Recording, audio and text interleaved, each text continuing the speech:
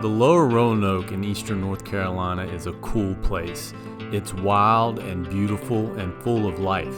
The late winter and spring striper run is something that has piqued my interest in the last few years. I've had some success on my own, but I also had some trips that were lacking. Fortunately, my friend and guide, Captain Bud Bishop, has invited me on a striper trip today, so you know I'm going to take you guys along with me and see if we can't learn a thing or two together. If you're a fan of the channel, hit that thumbs up button and be sure to subscribe so you don't miss any of the action. Here we go.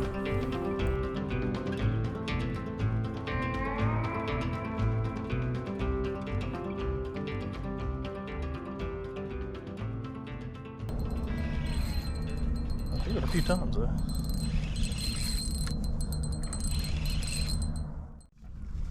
He's got some scars on him.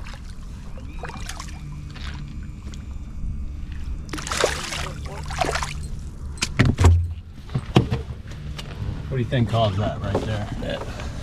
Net? Yeah. Gill net? Gill net. Either gill net or a crab pot. Yeah.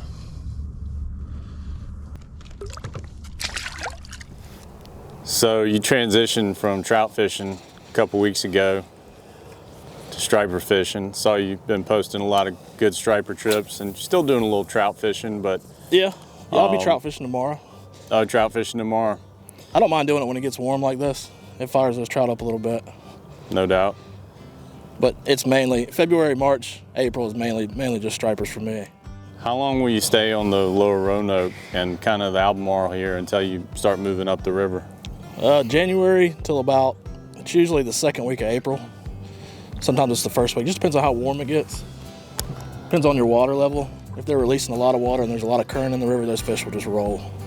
They'll take on and go up there. And will you go from here straight to Weldon, or do you do some fishing in between? Straight to Weldon. I try and stay here as long as I can. Up around Weldon, do you find that it's easier to catch bigger fish? Or is it about the same fish you're catching here? It's the same fish. It seems like there's a bunch of different schools of fish that push up there, and at the head of each school seems to be your bigger fish. So it just, up there, it really just depends on the day. Timing. Yeah, the timing. And here it seems like our bigger fish kind of roll through January, February. And usually by March, usually that's when the big school gets in here and you get those schoolies, those 16, 17, 18 inchers. Plenty of them. I caught stripers this fall at Mans Harbor. Really good. And that's the same fish, right? That's the same fish. Yeah, they travel all the way across the Albemarle. I'm not sure how far that is, maybe, what was it, 60 miles, 80 miles, something like that. Yeah. And then they travel up the Roanoke. I believe that's it's at least 100 miles, maybe 160 miles up the Roanoke. They go up to the dam up in Roanoke Rapids and they spawn every spring. It's a really neat fishery. It is pretty awesome. They just put their nose in the current and roll. And when they leave there and come back, they summer in the sound. And when they come back really quick. You've had multiple 100-fish days out here. Yeah. Every season. Every season, yep. I know last year, just for weeks, you were crushing it out here. And I was able to get out here and take advantage of that once and really get on them good. But I know that you did it several times. Yeah, it's kind of a last frontier. I mean, a lot of people don't come down here. They really don't know what they're missing. I mean, for the fishing to be this good in February, catch and release or not, it's a good time. Wait.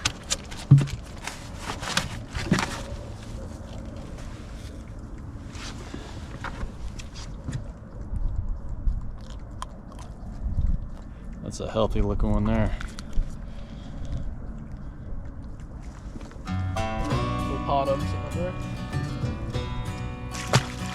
Bud's last remark about this place being a last frontier, I think is pretty accurate. It's a long way to travel for most people, and without having the pattern dialed in, you might spend your day just looking at wildlife and getting a sore elbow from casting. Bud is constantly networking with other guides, studying the water, and making sure he's prepared to put his next client on fish. He'll often do scouting trips on his off days just to stay on top of his game. For my small contribution to this video, I'll remind you guys, if you ever see surface activity, throw at it. In many cases, it's a predator fish chasing a bait fish to the surface. The old bait and switch works nicely here. Like any species of fish that migrate to spawn, stripers continue to feed as they prepare for the big push up the Roanoke to Weldon. Therefore, like everything else we fish for, paying attention to bait patterns and activity while on the water will greatly increase your chances of catching more fish.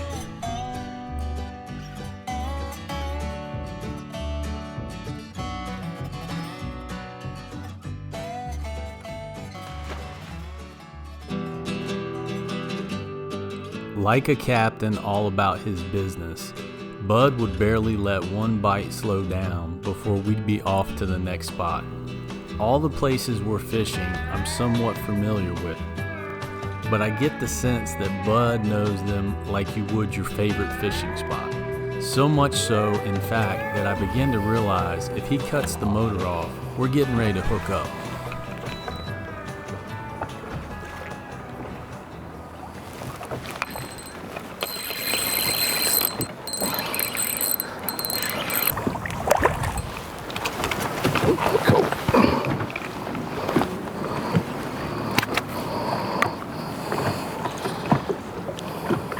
Right on. Pretty work.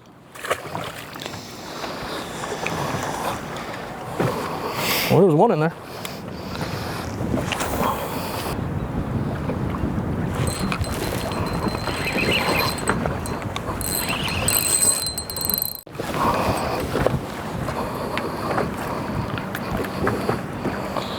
Little guy. Nice.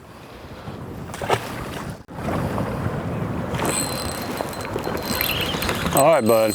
You make me get my rod. Get it out. I'll film you.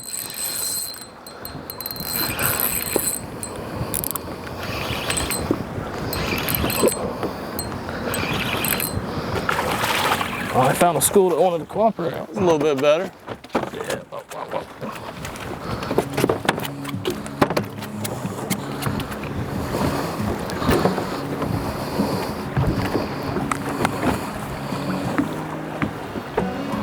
Pretty work. If you guys follow the channel, you know I love a striper. They pull hard from start to finish. They are a tough and resilient fish, often found in large numbers and feeding aggressively. They'll eat swim baits, hard baits, live bait, and even cut bait. Although we didn't catch many larger class fish on this trip, it's not unusual to catch a few each day out here in the 25 to 30 inch class, or even bigger. Even though I'm completely satisfied and this day has been amazing, Bud's still got one more place to take me.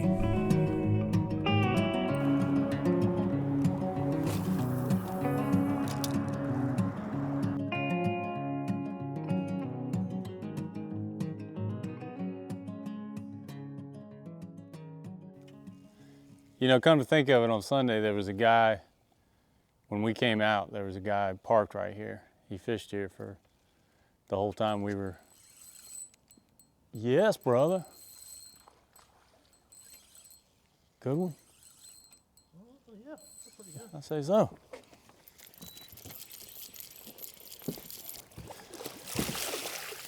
Not too shabby. Too bad? Not too bad at all. Nice work.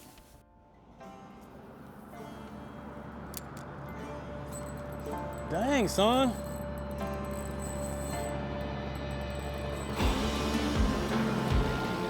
I'll admit, fishing for stripers around these bridges is much more technical than it looks. There's tons of snags, and lure placement is critical. There's actually an art to it, which Bud obviously has learned, but I've yet to master. Wherever we fish today, white and chartreuse were the preferred colors, and these seem to stay consistent through the years. Bring a lot of lead with you when you come, not only for the ones you break off, but also because water depths can vary from spot to spot. Without enough lead, your bait will just be drifting in the current, which by the way can be strong at times. Thanks to Captain Bud Bishop of Mott Ridge Charters for letting us join him on the Lower Roanoke today. I know I'll be back every spring. If you get a wild hare, you might want to give it a go yourself. The experience alone is worth the trip. Thanks for watching. We'll see you on the next one.